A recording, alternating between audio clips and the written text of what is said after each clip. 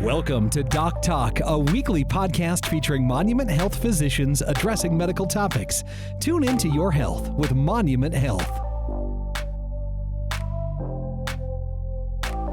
Hello again, everyone, and welcome to another edition of Doc Talk with Monument Health. My name is Mark Houston, and let's be honest, erectile dysfunction is one of those topics that nobody really wants to talk about, but almost everyone has questions about. Whether you've experienced it yourself, know someone who has, or you're just curious, ED affects millions of men and can impact everything from confidence to relationships.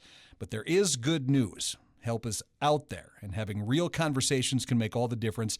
Today, I'm joined by Dr. Levi Hamilton, a urologist at Monument Health, who's here to answer your questions. Give us a preview of his upcoming ED webinar, which is happening Monday, June 9th as well. So let's open up the conversation, get some answers, and we don't need to be awkward about it at all. How does that sound? Sounds great, Mark. Yeah, glad to be here. Yeah, I'm glad that you came down and did this. I know we've had a couple of times Dr. Hobson, who has been on the podcast. Yep. Now, do you work alongside him? Yep. Same department, same. Okay. Same building. Oh, excellent. And you're mostly local, right? That's right. Definitely. Where do you come from, Doctor? I'm a Wyoming native. I'm okay. Down the road, Gillette, Wyoming, so just 2 hours west of here, hometown. Was there people in your family that were in medicine? Why did you pick this field? No, my father was a coal miner, so I'm the first in my family to go this route. It's not an easier job that you have, but it's all above ground and it has to be much less dirty. Not all the time. Right. Did you have an interest at a very early age for it? No, I didn't. It was just kind of college time, I guess, that I decided to go that route. Really? And just one step after another, and I felt like it was where I was supposed to be. Now, was urology something that, like, right from the get-go is what you're looking at? Same thing, just like talks in medical school. That's when it kind of piqued my interest. So, yeah. Okay. All right. Well, let's start with the basics about what the whole topic is for today, Doctor. And for anyone who's a little embarrassed to even bring it up, what exactly is erectile dysfunction, and how common is it today? Yeah. Very good questions. So I'll start with it's extremely common. Actually, 1 in 5 men over the age of 20 will have some degree. I know, very young. Will have some degree, and there's a little more nuance to it the younger you are, but certainly when you hit the 40s and 50s, about 1 in 2 men have erectile dysfunction. And what is it? It's basically the inability to maintain an erection for sexual intercourse. Right. And so there's varying degrees of that and what people would say it is, but anyone who's struggling with that get an erection or maintain an erection, they have a degree of erectile dysfunction, and that's something we can help with. Excellent. What are some of the biggest myths you hear about ED, Doctor? So you've got to come across stuff that's all the time, and I have to always go back to not everyone has gone to medical school or studied anatomy and all these things. One of the biggest ones, actually, though, that comes to my mind is that, like, the prostate and erections are tied together. So people think prostate issues are synonymous with erectile issues, which is not the case. And I get where it comes from. So I'll just put it out there. The prostate, usually the issues it causes are blockage of urine. So trouble getting urine out. The nerves that help with erection travel nearby to the prostate, so they are affected for cancer surgeries for the prostate. So that is probably where the misconception comes from.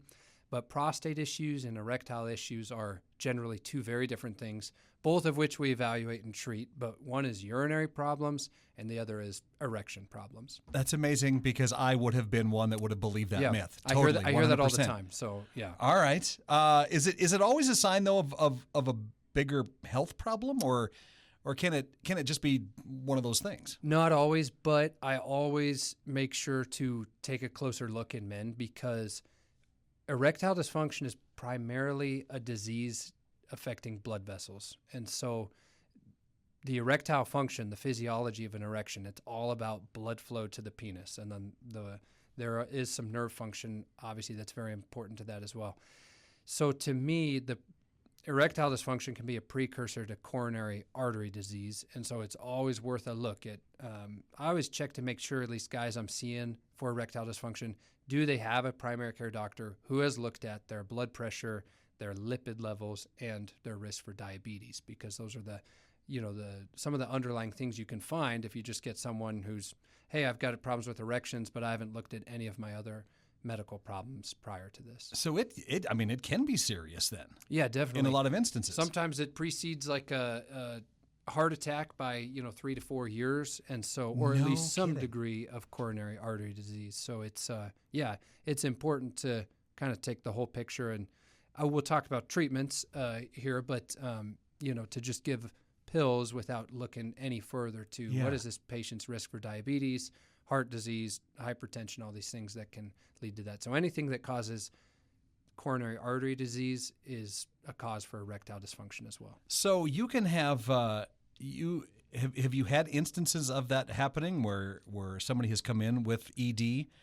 and you're like, look, I'm going to have to send you back because I'm just wondering about, and then they find, oh my goodness, yeah, the lipid levels are off the charts. Your blood pressure is, I mean, you're saving lives out there with this. Really, you can. You can. Fortunately, most people are referred by their primary care doctors over to see us. So often they have been checked for that. But yeah, you can find a new diagnosis of things. One of the biggest things we will find is poorly controlled diabetes, and that, patients seeking treatment for erectile dysfunction, and we will pick that up and certainly send them back to a primary care doctor or to a primary care doctor for the first time and say, we've got to work on diabetes. And that can be a life-saving thing for sure. Absolutely.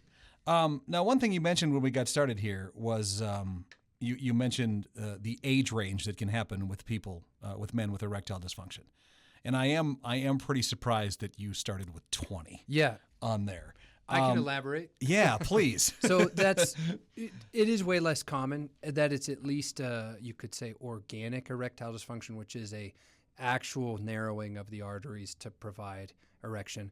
The younger you are, the more conservative I am in my treatment approach, and the more suspicious I am of psychologic factors. Obviously, erectile function is not just a physiologic process, but it's tied into relationships, and so it's kind of a very multifactorial problem that we treat. And so a lot of times at that age, it's much more psychologic than anything, not necessarily like they're going to have a heart attack in the next couple years. So that can be sometimes, pills to help with erections is helpful for confidence and just kind of for a temporary issue there. But also just giving them that encouragement of, stress management, counseling, relational issues. That's largely the culprit at that age. So it can go back to, a mental health in some instances. Yeah, maybe. absolutely. Yeah. Okay. So what are some of the most common reasons that men experience in this? Before you answer that, can genetics play a part in this too? Genetics to the degree that you have a genetic predisposition to coronary artery disease or these things. Yes, but no, there's not necessarily like an erectile function gene that's been identified, at least to my knowledge. And so I that's a little bit of a caveat there, I suppose. Sure. You said mental health, and so I do want to touch on there are many medications that can be the culprits as well. And just like we were talking about, the younger the age, the more you want to take a close look at some of the medications that might actually be contributing to that. And so beyond the psychologic, patients treated for depression, a lot of the most common medications used to treat depression, generally a class of medications called the SSRIs. Mm-hmm. Right. A lot of those, known and a major side effect of them is erectile dysfunction. And so that's one that's really important to know about. Why? What do those drugs do? That is a great question. Really? That's pretty unknown, honestly. It doesn't necessarily affect the physiology of erection, at least as we understand it. And you would think it would actually help because depression could cause erectile dysfunction. And so that one's mysterious, and I don't have an answer as to why, but we do know it exists. Mm-hmm. Oh, That's because either a lot of people that have had anti-anxiety medication. I know I've actually taken some of that myself. That actually has that on there too. Yep. That it can be a cause of that. And when you said, you'd think that it would fix it. Yeah, that's really interesting. So it's actually one of the ones for anxiety, I believe, is like venlafaxine. There is probably a little bit of a physiologic link there as to. But I got to go way back to med school days to think about the receptors and pathways and the sympathetics and all that. But so there actually may be a little bit of physiology to that one. But the SSRIs definitely kind of doesn't make sense, but that's a really important side effect to know about because so many patients are on them. Right. Well, when should a guy really be concerned about this? At what point do you go in and talk to your doctor about it? Like so many things we do in urology, so much is based on the patient bother and quality of life. But I do think it's important, of course, to be looking for the risk factors for heart disease. But then at any point it becomes a bother, whether that's just a psychologic bother or it's truly becoming a relational strain, great time to come see your urologist and see what options there are to treat it. Well, let's talk about some of the options then on how it can be treated.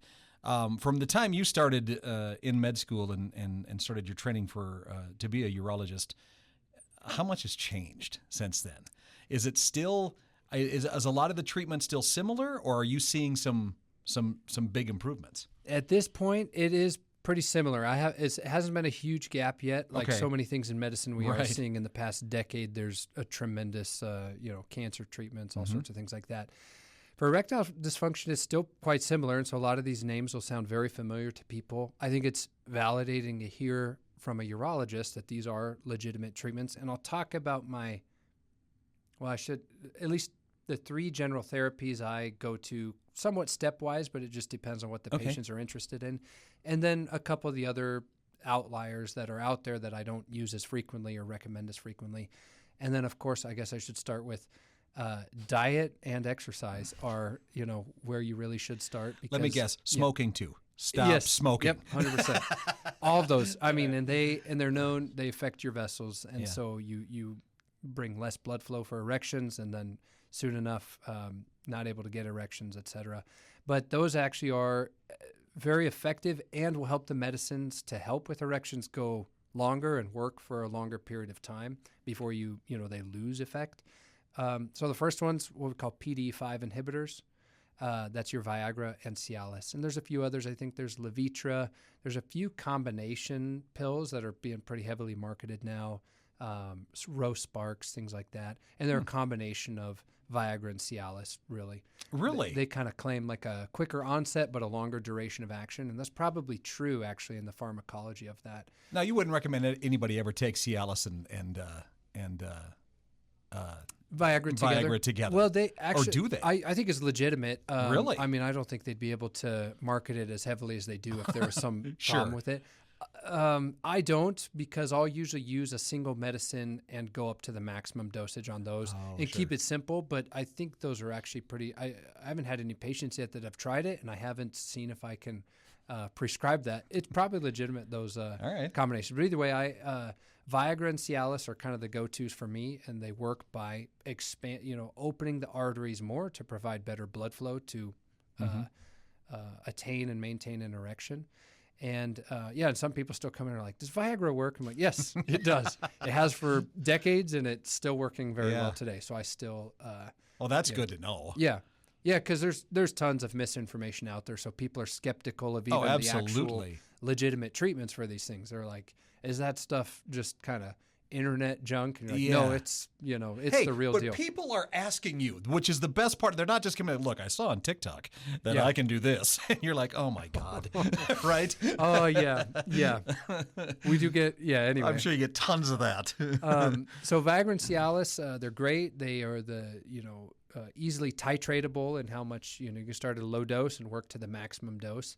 And, I just go based on how patients respond. If they're happy with their sexual life because of the meds, keep them at that dose. We can always go up, and then you can always move on to the other options. And I'll just keep going on them. Please. Next, I move to intracavernosal injections, and these are they're a deal breaker for some because it actually involves sticking a needle into the penis to inject a vasoactive medicine. Like I've been saying, this is all a disease of blood flow, primarily nerves, and psychology is also a part, but it's primarily blood flow.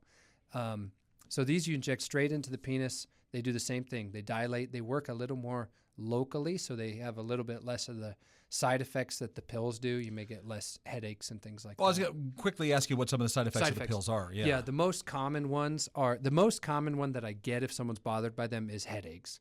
Most people have no side effects, to be honest.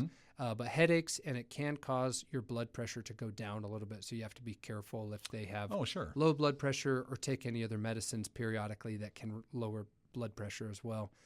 You can get some vision changes and color vision changes, but those are much less common. So, headaches is the biggest one, and then a drop in blood pressure you got to be aware of. All right.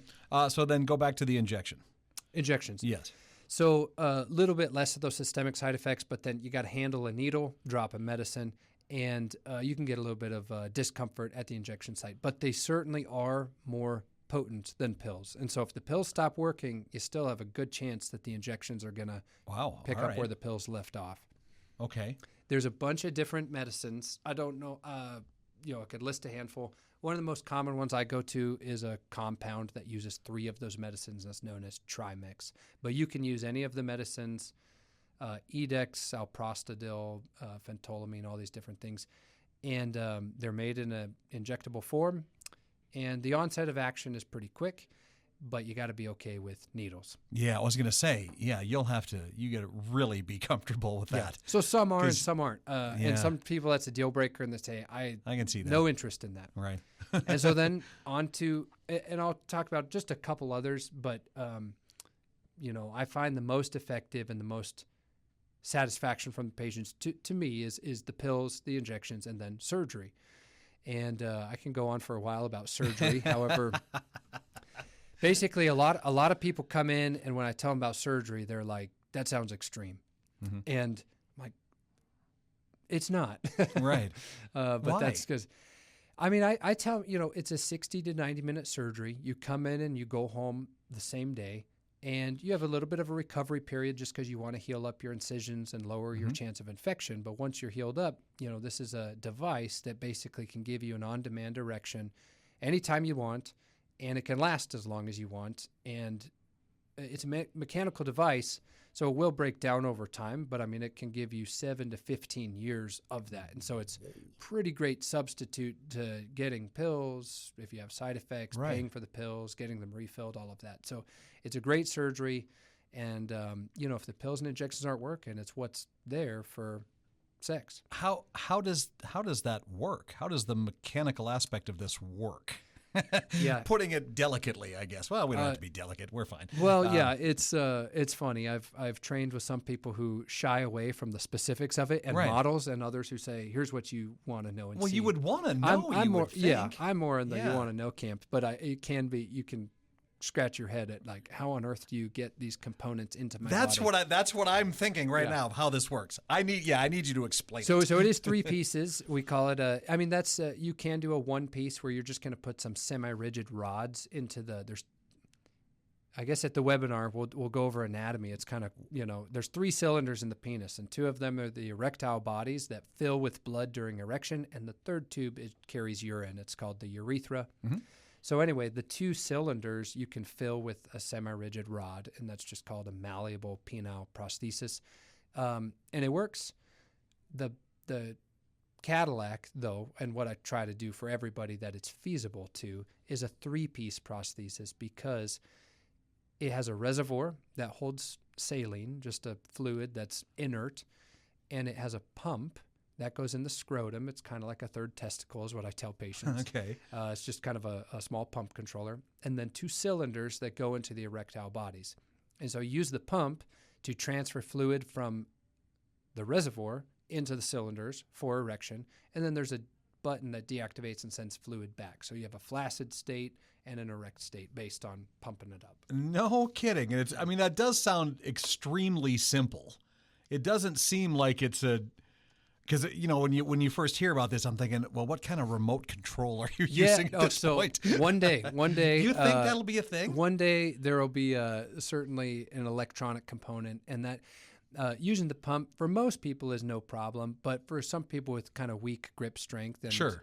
And I mean, we'll treat anyone up, 80s. I don't think I've ever put one in a 90-year-old yet, but certainly well into mid to late 80s. Well, as we're living longer, I mean, at some point, Yeah, and people still have a sex drive and an interest. And so, but anyway, it's all done through a very small, about a 3-centimeter scrotal incision. And it contracts up. I mean, so you don't even know that it's 3 centimeters when you're done. Right. It heals well. You don't even see it there. So it's totally hidden. You wouldn't know if someone had this externally looking at them, like locker room stuff. So very, very natural looking and small incision to accomplish the whole thing through. So we're crafty urologists. We're able to accomplish a lot through a little incision, but so I try to focus on that: a small incision, a fairly quick recovery, and in and out hospital. No need to stay overnight in the hospital, things like that. So you kind of those are the steps you take. You start with the pills, you'll go with the injection, and then move up to the surgery. Yep, and you don't have to follow that order, but that's a general natural progression. And patients do usually want to try something prior to surgery, and I would be the exact same. And so that's a very common progression I'll see. Something else I was going to say about the surgery, it escapes me. Never mind. Well, if it comes back to you, let's bring it up again for sure. Think about that. Guys, because I could ask a lot more questions, but like I said, you're going to have a webinar coming up where you're going to be able to explain all of this we'll have some slides. With slides. Oh, perfect. I'm sorry. That's perfect. Yeah, satisfaction rates with the surgery are extremely high, like mid 90%. Wow, and same with patients would recommend it to a friend, and so I think it speaks for itself in the results. So it's patients ultimately who choose to go with surgery, I think, are very happy that they did. Excellent. Really quick, if you can speak to this too a little bit, the relationship angle with this, like how do you talk to patients about how they should talk to ED with their partners? Do you guys bring that up at all, or tips for having the conversation without the awkwardness, maybe? To be honest, I mean it's much more in the realm of therapy and counseling, sure, yes. And that can be very useful for these types of scenarios. I honestly could do better about that, as we are doctors and should be treating the whole situation. But you do want to focus on the medical and right, what absolutely. you can do within your realm. You can jump off into a counseling session as an untrained counselor if you're not careful. Yeah, right. But no, counseling can be very helpful for working through some of the relational problems, which certainly plays a large role in erectile function. Absolutely. Are there things that guys can do to lower the risk of ED, or is it just if it happens, it's going to happen? I mean, but like you said, diet, exercise. 100%. Right? Diet and exercise. It really is. I mean, being in with a primary care doctor to lower your cardiovascular risk factors, making sure, checking your blood pressure, getting your annual screenings and stuff like that with your primary care doctor to make sure you don't have high cholesterol, and and to make sure you don't have diabetes. And diabetes is the toughest case. So well-controlled diabetes helps the most, obviously, but diabetes affects blood flow and nerve function. And so it kind of is the biggest hit on erectile function of all the disease processes out there. Okay. So it's very common for us to see diabetics in their 40s having pretty big issues with erections and even being interested in surgery because not getting good effect out of the pills and injections. And so diabetes, it just seems the better it can be controlled, the longer lasting your erectile function will go. But it is much more normal for me to see younger patients who have diabetes presenting for erectile problems. Got it. Now, like I said, you've got a free ED webinar that's coming up Monday, June 9th, 6 o'clock. What can people expect when they tune in, and why should they make it a point to watch? Great. a lot of what we're talking about today, of course, we'll have slides, so that'll be great. So there'll be a lot more visual to go with what we're talking about. We have cameras in here. Yeah. We should have had you bring in all of the... man, I could have brought... I could imagine what you could have brought I just came from the office, so I could have brought some good stuff for you. I didn't think about that. I thought it was all audio. Sorry. Well, we film you too. Next time. Yes. We'll cover a couple other topics as well. I mean, men's health is much more than just erectile function. Yeah. More in the realm, we didn't even talk about surgery. My goodness, that's the other huge realm of patients we'll see for erectile function. Patients who have undergone treatment for prostate cancer. And along those lines also, leakage of urine is a very common problem to deal with after that surgery as well. And then testosterone. And so we'll cover some more things in the webinar that pertain to the realm and enlarged prostate as well. So a lot of different things there, but we will focus primarily on erectile dysfunction. But there'll be a couple other good things in there to tune in to listen to, and then some good visuals that we did not provide today. My apologies. No, not at all. This is kind of our introduction to you anyway. So next time we, sit down and talk about some of these things, and if you have stuff to bring in, absolutely, I will. Let's get it up on camera. Now, for anyone listening who might be struggling, but hasn't really said anything yet, what's your main message to them about what we talked about today? That's a really good question. I think that, if you're listening earlier, it's extremely common. And I think that's helpful. And I try to tell patients that all the time because they just, it's a really hard thing to talk to anyone about, let alone a doctor or and some people are just afraid to, seek medical care anyway. And so just knowing how common it is, it's good to normalize that because it's, I tell kind of people in their 50s, 60s, 70s, like it's more common to have this than to not. I'm actually impressed when I meet a 70-year-old who, really? If I ask about erections, they're like, oh, we're good. I'm like, okay. Good for you. Yeah, so good for you. Exactly. That's what I say. But it's, so I like people to know that so they know they're not abnormal, they're not alone, and that we're here to help and we're happy to help with the problem. Is it becoming more normalized? Have you even seen in your practice where people are, because it seems like, we're kind of moving into space where everybody wants to be more honest and open, and they're not so hung up about this anymore. Do you notice that? I would say a little bit. Okay. Regionally, this is a good question. I was coming from Texas, and I do think in the city areas, it may be a little more common to bring it up, to talk about it, and to just even know about some of the options out there. And so when I've only been in practice here for about a year and a half, and so when I first came out, I thought, wow, this is like not a problem or no one's coming for it. And so that has been shifting with some referral patterns and stuff. So it's probably more normal here than I thought at first. But I do think that is shifting that way. That is becoming more common to talk about this, to get it addressed. We're working to kind of expand the, just to make sure everyone's aware of us within our healthcare network, as well as things like this to reach out to more patients who might be listening on their own time. Yeah, excellent. Well, I think you did a great job, Doctor. You covered, I think, everything that most people are going to have the initial question on for sure. And again, like you said, just telling people it's common, Yeah. Just come in and have your conversation. Go to your primary. Yeah. At least speak about it. And there's obviously plenty of ways to get it fixed. Yeah, for sure. All right. Well, Doctor, thank you for coming and doing this. Very nice to meet you, of course.